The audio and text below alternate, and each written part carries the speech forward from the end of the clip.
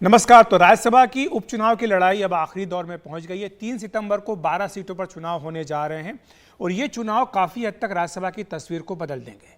आपको बताएं कि कल राज्यसभा में बहुमत ये एनडीए को बहुमत मिलने जा रहा है, ये कम से कम इससे तस्वीर साफ हुई और कल आखिरी तारीख है नामांकन भरने की। 12 सीटों पर उपचुनाव होने जा रहा है। 9 राज्यों की ये 12 सीटें जिस पर कि उपचुनाव होगा और 3 सितंबर को इन 12 सीटों पर उपचुनाव होने जा रहा है। बीजेपी के उम्मीदवारों के लिए गृह मंत्री अमित शाह के घर पर पार्टी के वरिष्ठ नेताओं की एक बैठक हुई है। माना जा रहा है कि आज शाम तक इस बारे में सूची जारी कर दी जाएगी। 12 में से एक सीट को छोड़कर बाकी सभी 11 पर बीजेपी और उसके सहयोगी दलों के जीतने की संभावना बताई जा रही है। तेलंगाना की एक सीट कांग्रेस पार्टी के पास जाने वाली है।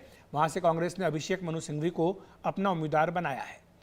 अगर उपचुनाव की बात करें तो इसके बाद एनडीए राज्यसभा में बहुमत के करीब पहुंच जाएगा।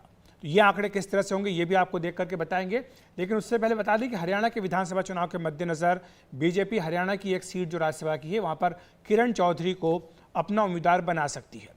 तो ये हरियाणा के समीकरणों को साधने की कोशिश है और वहां पर यह भी संभावना है कि कांग्रेस पूरा फोकस विधानसभा चुनाव पर ही करे, इसलिए राज्यसभा के उपचुनाव में अपना उम्मीदवार खड़ा ही न करे। वहीं केंद्रीय मंत्री रवनीत सिंह बिट्टू हैं जो अभी किसी सदन के सदस्य नहीं है, उन्हें राजस्थान से राज्यसभा का सांसद बनाया जा सकता है।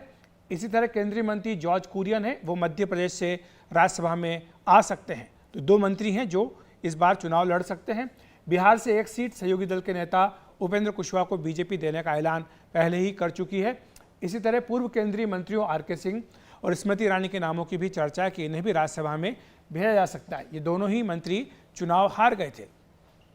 अगर हम बात करें महाराष्ट्र की तो वहाँ पर बीजेपी एक सीट पर अपना उम्मीदवार खड़ा करेगी और दूसरी सीट समझौते के मुताबिक अजित पवार की पार्टी को दी जा सकती है। ये समझौता हुआ था बीजेपी और अजित पवार की पार्टी के बीच। तो ये एक सीट पर बीजेपी और दूसरी पर अजित पवार की पार्टी के उम्मीदवार खड़े हो सकते हैं। महाराष्ट्र में 2 सीटों पर उपचुनाव होने जा रहे हैं और राज्यसभा में बीजेपी का जो पलड़ा है वो इस उपचुनाव के बाद ज़्यादा भारी हो जाएगा। वो संख्या क्या है वो भी देख लेते हैं। बहुमत के करीब एनडीए पहुंच जाएगा, ये इसमें साफ तौर पर दिखाई दे रहा है। राज्यसभा में फिलहाल 20 सीटें खाली हैं, तो इस लिहाज से वहां पर मौजूदा संख्या 225 है, यानी बहुमत का आंकड़ा 113 का बनता है। अभी बीजेपी के पास 87 सांसद हैं और एनडीए के पास 101 का आंकड़ा फिलहाल आज की तारीख में है। एनडीए को 6 मनोनीत और 1 निर्दलीय सांसद का भी समर्थन हासिल है।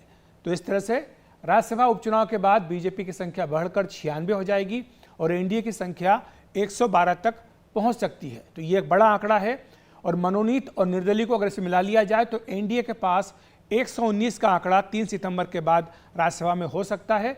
यानी उपचुनाव के बाद जो राज्यसभा में बहुमत का आंकड़ा है वो 117 रहेगा और एनडीए का आंकड़ा उससे कहीं पार निकल जाएगा। इस तरह एनडीए मनोनीत और निर्दलीयों के सहारे बहुमत का आंकड़ा पार कर सकता है। तो ये बड़ी खबर है क्योंकि उपचुनाव में आपको बता दें कि जम्मू कश्मीर के 4 और 4 मनोनीत सांसदों का स्थान खाली रहेगा। जम्मू कश्मीर के चुनाव के बाद इसका चुनाव होगा और मनोनीत के 4 स्थानों को भी अगर रिक्त भर दिया जाए तो एनडीए अपनी संख्या को और ज़्यादा बढ़ा सकता है। पिछले 10 साल में एनडीए सरकार को राज्यसभा में बहुमत नहीं था, लेकिन ऐसा लग रहा है कि पहली बार एनडीए न केवल बहुमत के करीब पहुँच रहा है बल्कि मनोनीत और बाकी अन्य सांसदों को मिला करके ये बहुमत का आंकड़ा भी पार कर सकता है।